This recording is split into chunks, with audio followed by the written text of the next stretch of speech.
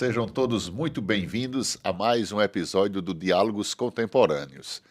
E hoje a gente chega ao nosso episódio de encerramento dessa primeira temporada, né, aqui pela UERN-TV, numa produção que surgiu a partir da ideia de uma disciplina, né, com os nossos convidados, que daqui a pouco a gente vai ter de novo o prazer de evidenciá-los, mas surgiu essa necessidade, essa conversa de trazer para temas, né, complexos da academia para popularizar, para que as pessoas pudessem ter acesso, porque são temas que fazem parte do nosso dia a dia.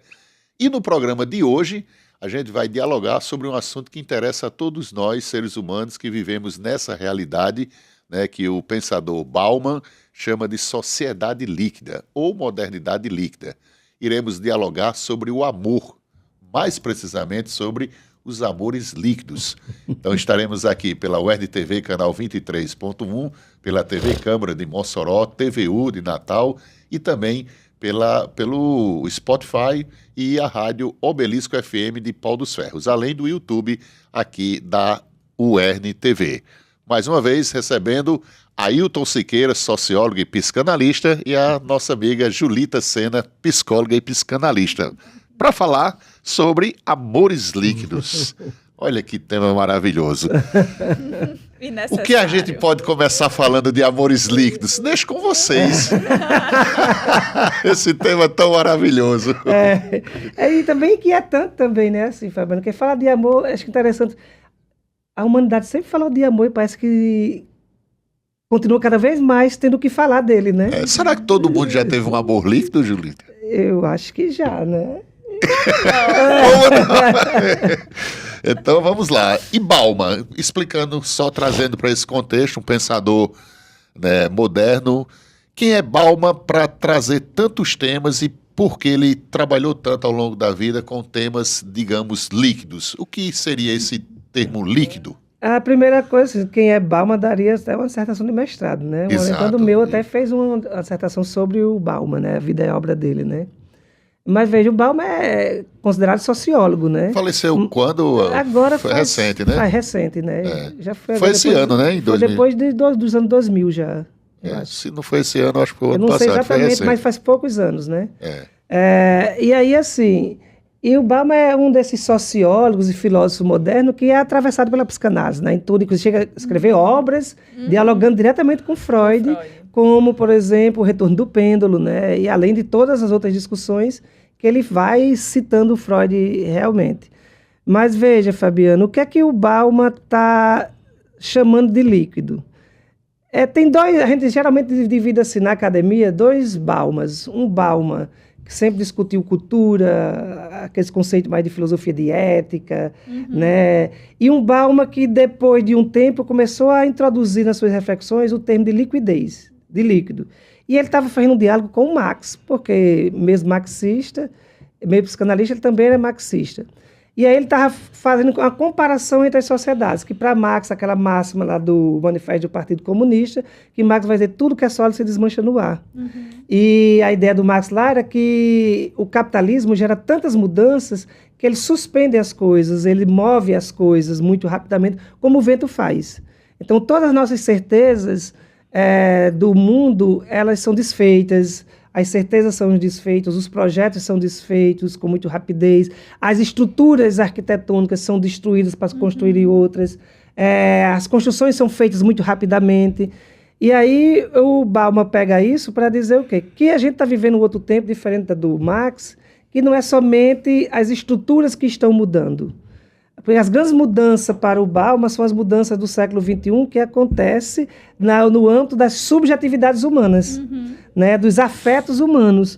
Porque enquanto Marx percebeu de que a solidez do mundo estava mudando muito rápido com o capitalismo, em termos de estrutura e organização política e economia, o Bauman diz que isso é verdade, mas que tem uma outra mudança que está acontecendo simultaneamente com isso, que é as mudanças que acontecem nos nossos mundos internos, nossas subjetividades. Nós não temos mais verdades, não temos mais garantias, não temos mais modelo do que é ser homem, ser mulher, ser pai, ser filho, ser um bom esposo. Não temos mais esses modelos. Não temos mais modelo do que é uma relação amorosa, do que é um namoro, do que é né? Então, essa modernidade trouxe para a gente uma mudança naquilo que a gente pensava, sentia e reagia ao mundo. E ele vai dizer, essa é a mudança que a gente vive hoje, é líquido. Tudo que é sólido está se desfazendo, não no mundo fora, está se desfazendo dentro da gente.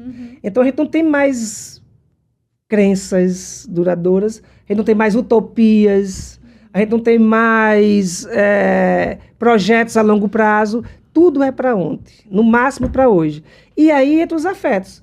O que é que seria o amor líquido? Esse amor que é vivido nesse cotidiano do presente, sem pensar no que vai acontecer no dia seguinte. Então, eu não tenho relação, eu tenho contato. E essa relação, quando estabelece, ela é circunstancial. Porque você não quer elaborar nenhum vínculo afetivo para o futuro, você não quer planejar de se encontrar com essa pessoa novamente, porque você tem medo de lidar com isso, porque o futuro é muito incerto. E você não tem nenhum modelo de orientação do que se faz com isso que está sentindo diante dessa outra pessoa. É como se não pudesse inserir alguém na sua vida, né? Ou não devesse. Antes de passar para a Julita, só para a informação ficar completa, o Zygmunt Bauman, ele nasceu em 19 de novembro de 25, na Polônia, e faleceu. Veja como ele está tão presente, eu tenho tanto livro e gostando de ler, que isso foi recente, mas ele, na verdade, faleceu em 9 de janeiro de 2017.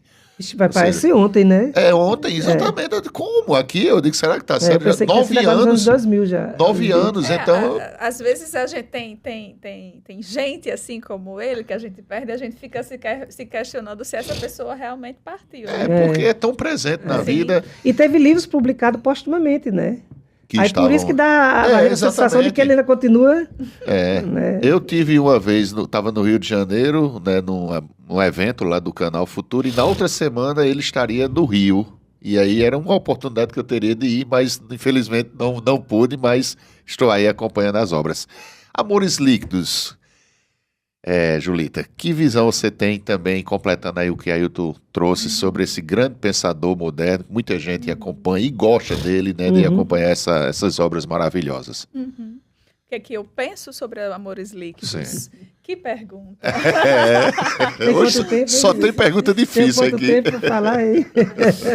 Mas vamos lá, acho que de fato Ailton trouxe muita coisa interessante, né? Mas ele fez uma pontuação assim, importantíssima, quando ele traz essa coisa de tem algo que começa se diluindo, se liquidando dentro da gente, né? Então, quando agora há pouco eu coloquei, já acrescentando com a fala dele anterior, de que é como se fosse uma resistência, não sei, mas assim, uma dificuldade para que um outro se insira, faça parte da minha vida também, né? Para eu poder dividir essa minha existência com uma outra pessoa.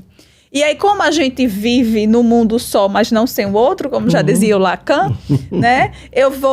Esse sujeito ele vai estabelecendo esses elos, né? De acordo com as circunstâncias. E aí vem os amores líquidos, né? Mas aí vamos pensar um pouco também sobre o tratamento de liquidez que se tem dado muitas vezes até aquelas relações que elas são inevitáveis, porque elas já estão instituídas, né? Por exemplo, o distanciamento daquelas pessoas das quais eu vim, né? O pai, a mãe, enfim. O quanto que isso reflete também sobre as relações que eu vou construindo ao longo da vida, né? As pessoas discutem muito hoje, assim, eu sou, por exemplo, mãe solo, porque o pai do meu filho foi embora, nunca mais quis saber. Um exemplo, né? A gente está falando sobre uma perspectiva também de uma liquidez. Eu tenho aqui uma relação tão pontual com essa pessoa que por mais que ela engravide e que ela tenha um filho, eu vou embora e isso aqui fica, né? E a gente pensar um pouco também na perspectiva também das relações amorosas, né? Eu escutei isso há muito tempo e acho que vocês também, porque hoje em dia as pessoas falam muito por essa perspectiva, sobre os aplicativos de relacionamento, né? O quanto que uma pessoa tem acesso a outra de uma forma muito rápida e muito fácil, né?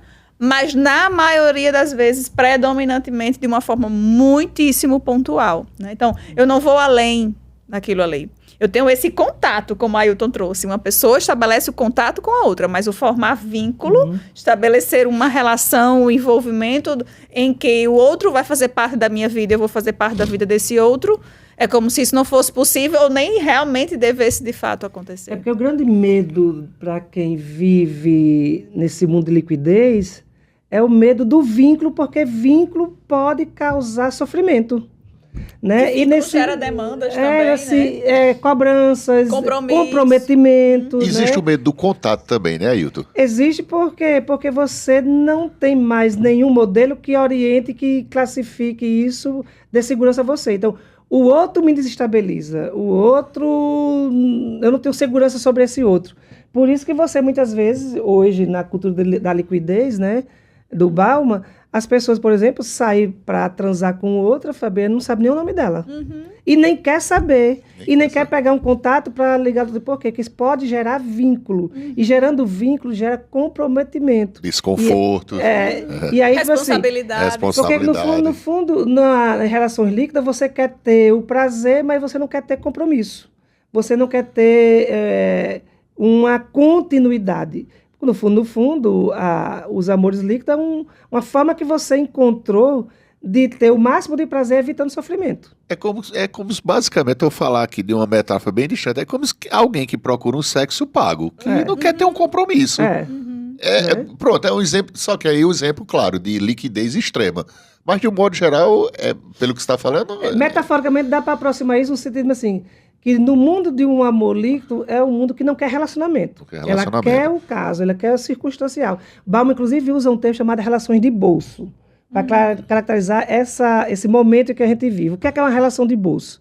É aquela relação que você está lá num arquivo do celular, um contato lá, ou tem um chip, um contato de uma pessoa que você conheceu essa pessoa num período... E naquele momento você manteve um contato sexual, relação sexual com ela, e você guardou isso. Né? Você tem 2, 3 contatos que você, quando está carente, ou quando está querendo fazer um sexo, ou ter um momento, você liga para aquela pessoa, tira ela do bolso, aciona, os 2 ficam, e depois cada um volta para o seu mundo sem nenhum contato. Sim.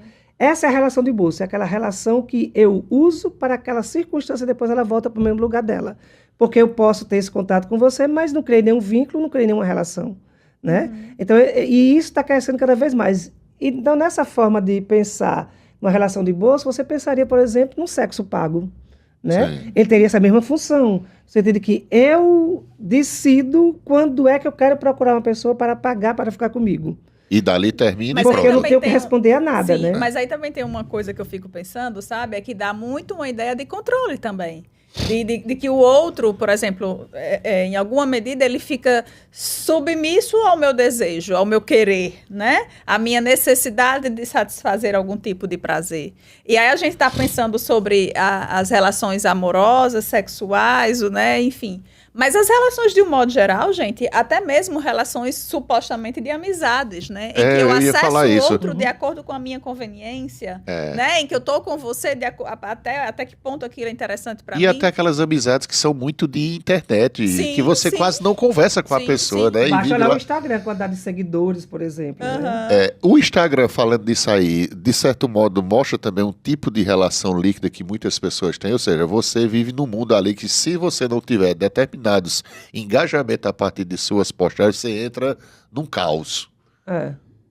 Veja assim, eu acho que o Instagram, especificamente falando, eu acho que é a expressão da liquidez. Por quê? Porque lá geral, você tem um número X de seguidores que você diz que é amigo. No entanto, não tem nenhum contato com eles. Você não escuta a voz, você não é chamado para nenhum lugar, você não participa da vida deles, das de vocês, mas você se sente, de certa forma, socialmente reconhecido porque você tem 1.000 e não sei quantos mil de seguidores. Numericamente, isso é alguma coisa, mas significativamente isso não é nada. Porque você não conhece as pessoas, não sabe quem elas são, não conversa com elas, não escuta a voz. Então, você está dependendo desse número. Né? Então, isso é a demonstração de uma sociedade líquida, onde eu construí uma relação virtual para substituir aquelas que, da forma de realidade, eu não consigo manter. O Ailton e Julita, vocês que acompanham e estudam muito também essa obra de Bauman, nos estudos de Bauman, ele faz esse diagnóstico dessa sociedade agora, de liquidez, mas, de certo modo, ele dá alguma previsão, ele fazia alguma previsão para o futuro, se isso é uma coisa irreversível, por exemplo, não tem mais jeito, ou em algum momento poderá ser que a sociedade volte a pensar de forma mais sólida, tem relações mais concretas, ou ele apontava como uma tendência da humanidade essa liquidez? Veja, assim, eu acho que nessa hora o Bauman é muito psicanalista. Por quê? Porque ele não pensa muito no que pode acontecer. Ele está preocupado em entender o sintoma do que está acontecendo. Então, o verbo que é muito comum na obra do Bauman, nesse momento, é o verbo que compreender. Eu quero compreender o que está acontecendo. O que eu vou fazer com isso, ou o que vai vir depois, não é necessariamente da minha competência. Mas eu preciso levar, fazer, ou ajudar com que as pessoas pensem nisso que está acontecendo com elas. Por quê? Porque quando eu vou falar de amores líquidos, quando eu fui ler a primeira vez os Amores Líquidos do Bauman, eu fiquei, de certa forma, tocado e chocado, Fabiano, porque ele colocava na minha cara o narcisismo, por exemplo, que constitui relações amorosas. O quanto o amor, tradicionalmente falando, e não esse amor líquido de hoje, o amor numa época que a gente considerava de sólida, o amor é antissocial. E até mesmo quando você aceita correr o risco de viver um amor sólido no mundo líquido, como ele é antissocial. Então, assim, como é que eu posso pensar de que o amor é antissocial? Como é que o amor é narcísico se eu considero o outro na minha vida? E é perfeitamente compreensível, né, Julita, essa história, mas assim, de que o amor tem um alimento, um narcisismo, porque muitas vezes eu não me relaciono com o outro como o outro é. Eu me relaciono com o outro a partir da minha própria fantasia, que eu espero que ele corresponda. E quando ele não se encaixa dentro da minha fantasia, esse amor se dilui e se desfaz porque a imagem e a realidade não se encaixaram. Eu lembro muito bem daquela passagem da música do Cazuza, né, o Blues da Piedade, né? Eles, para quem não sabe amar, vive procurando alguém que caiba nos seus sonhos. Essa é a noção do amor narcísico. Eu estou sempre procurando alguém que caiba nos meus sonhos, na minha visão de amor. Então, veja, Fabiano, que esses amores líquidos, eles têm essa configuração de fazer com que a gente também perca uma parcela do social, como eu estava falando. Por que o amor é antissocial? Porque o Bauman vai dizer, olha, no auge de um sentimento amoroso, o casal não está preocupado com igreja, com herança de família, se vai ser expulso, vai ser criticado, se afasta dos amigos, vai para longe da família, vai para uma ilha deserta porque não quer ninguém. No auge do amor, você não quer trabalhar, você só quer ficar na cama. No auge do amor, você só quer a vida a dois, você não quer a vida coletiva. E é essa dimensão do amor que, para mim, me chamou muito a atenção, porque tem essa dimensão do amor antissocial e esse amor narcísico, né, que é muito comum e que, na vida de hoje, da sociedade moderna líquida, a gente está perdendo a construção desse amor. Seja eu me dedicar ao amor ao outro de forma antissocial, mas seja também para investir no outro como imagem narcísica. Por quê? Porque no mundo de hoje é o que ele vai chamar, por exemplo, na cegueira moral. O outro não existe. Eu estou indiferente ao outro. Se eu estou indiferente ao outro, eu não me apaixono por ele. Ô, Julita, e com relação à psicanálise, como é que a psicanálise trabalha hoje essa questão dos amores líquidos? No tratamento, sobretudo, de consultório com as pessoas, vocês notam que pessoas chegam, obviamente, sem citar que estão vivendo uma relação líquida, mas a psicanálise, ela orienta ou ela só tenta entender aquilo ali e começa... Como é que é, na prática, isso com as pessoas sob a ótica da psicanálise? Eu penso que na medida que a gente vai procurando entender o que é aquilo, né, que sintoma é esse, né, e por que justamente desse sintoma de liquidez nas relações de amor, vai se tentando trabalhar em alguma medida sobre o que se fazer com isso, né. Agora, claro, muitos elementos eles podem aparecer, inclusive uma certa rigidez, uma certa resistência para reconhecer isso, né? E por que não dizer para reconfigurar-se nisso também? Porque essa liquidez do amor, até de acordo com o que Ailton estava trazendo, é também uma forma de preservação, né? Pelo que a gente estava discutindo aqui. Os amores líquidos, e olhando também para a perspectiva das relações amorosas, são vias que se vai encontrando realmente. Eu não me comprometo, eu não me responsabilizo, o outro não faz parte da minha vida, eu não me deparo com esse outro que não é né? A cópia fiel, digamos assim, do que eu desejo, do que eu projeto. Eu não tenho que lidar com isso também. Então, é uma forma, inclusive, de preservação narcísica, né? Então, é todo um trabalho, digamos assim, para ir se dando conta, para ir se entendendo isso e, principalmente, para ir vendo quais são as reais possibilidades, né? Porque tem coisas que é interessante também a gente pensar, Fabiano, é que são meios, digamos assim, que o sujeito adota porque faz parte da sua estrutura de organização psíquica, né? Então, é algo que realmente ali está na sua constituição, né? Então, está nas entranhas muitas vezes, né? E aí, para a gente poder realmente trabalhar isso aí, vai muito além. E aí, eu também me preocupa com as formas de atuação e de trabalho que olham para essas questões de uma forma muito objetiva. Porque se você olha para isso de uma forma muito objetiva, muito simplificada, você fomenta esse sintoma, né? Porque o sintoma é de você já estabelecer relações de uma forma muito objetificada, muito líquida, enfim. Então, se eu trabalho por esse viés, em alguma medida eu estou fomentando isso também. E aí, só complementando, Fábio, tipo assim, isso que Julita falou, o acréscimo disso as pessoas quando procuram uma escuta analítica, com esse mal-estar, ela está com um paradoxo. Qual é? É de que eu desejo um amor nos moldes que me dê segurança, que me dê legitimidade, pertencimento. Uns amores à moda antiga, no sentido de dizer de que eu estou pertencido, né? Só que ela está vivendo o paradoxo porque o mundo de hoje ela não pode mais confiar. Ela não tem mais uma referência do que é esse amor duradouro. Ela não pode confiar no outro.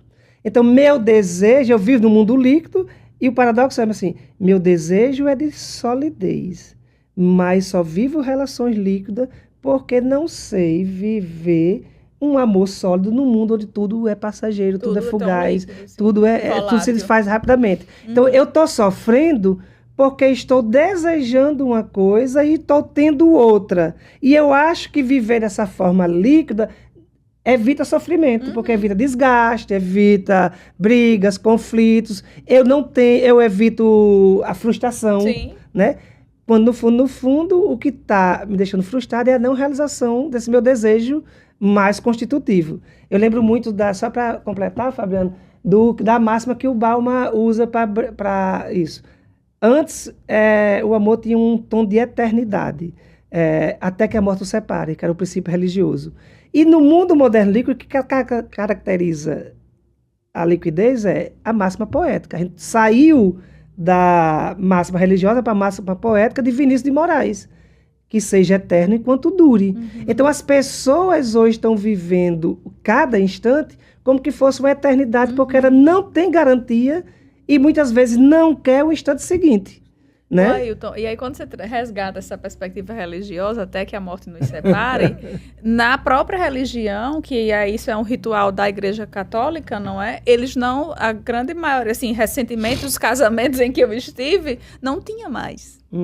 Até que a morte nos separe. Não tem mais essa frase. E aí me veio um pensamento agora de uma situação, por exemplo, a gente vê muito entre os jovens, tanto masculino, feminino, independente de gênero, há um incentivo de não ter relações duradouras. Por exemplo, se é entre os homens ali, os rapazes, rapaz, vai se envolver, tem tua vida para aproveitar, curtir, fica com uma, chacota, fica com uma com outra, é muito melhor estar curtindo. Se for com a mulher, rapaz, vai aproveitar a sua vida, tem festa, tem tudo. Ou seja, no entendimento de vocês, há também uma forte pressão social para que você não tenha uma relação sólida, um amor de verdade assim que você pense em construir, faça aquele planejamento. Ou seja, essa pressão social, de fato, ela atrapalha muito essa liquidez hoje? Uma cultura só se estabelece com padrões. Isso. Né? Então, se a cultura é líquida, existe uma coerção social para que todos sejam consumidos por essa cultura para legitimá-la. Então, é perfeitamente compreensível que no mundo da liquidez, dessa cultura líquida, a boca das pessoas expresse o padrão da cultura. Ai, você está perdendo tempo. Se todo mundo corre e você está parado, ela vai cair sobre isso. Se todo mundo está mudando, ela vai pegar aquele que está sem mudança. Então, Fabiano, uma cultura não se estabelece sem padrões, sem correção. A psicologia das massas e análise, né, do eu. Então, assim, na verdade, quando as pessoas estão dizendo, olha, você está perdendo tempo porque está querendo um relacionamento sério, vê todo mundo tá assim, eu fico preocupado e pensando o que é que isso quer dizer. Por quê? Porque quando é na esfera do prazer e da felicidade, você não necessariamente deseja que os outros tenham o prazer e a felicidade que você tem. Porque uma boa parte do prazer e a felicidade que você tem, que te torna especial, ela é dada quando você percebe que os outros não estão tendo o que você tem.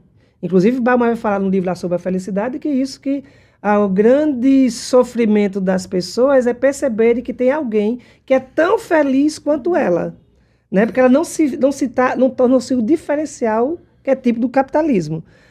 Quando eu digo, olha, Fabiano, Julito, vocês são muito bestas, estão perdendo tempo com essa história de amores fixos e tal, no fundo eu estou muito mais querendo que você viva as minhas frustrações, as minhas inseguranças, os meus medos, do que você provar para mim que teve a ousadia e a coragem de investir num relacionamento sério que eu não vi a menor possibilidade de encarar.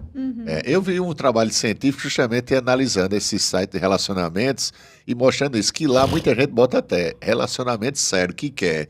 Ou seja, é uma forma até de dizer, olha, eu não sou tão fácil assim não, mas na verdade não quer. Muita gente tá lá no site de relacionamento, que é um relacionamento líquido, fugaz, mas bota já como forma de intimidar, né? De dizer, não.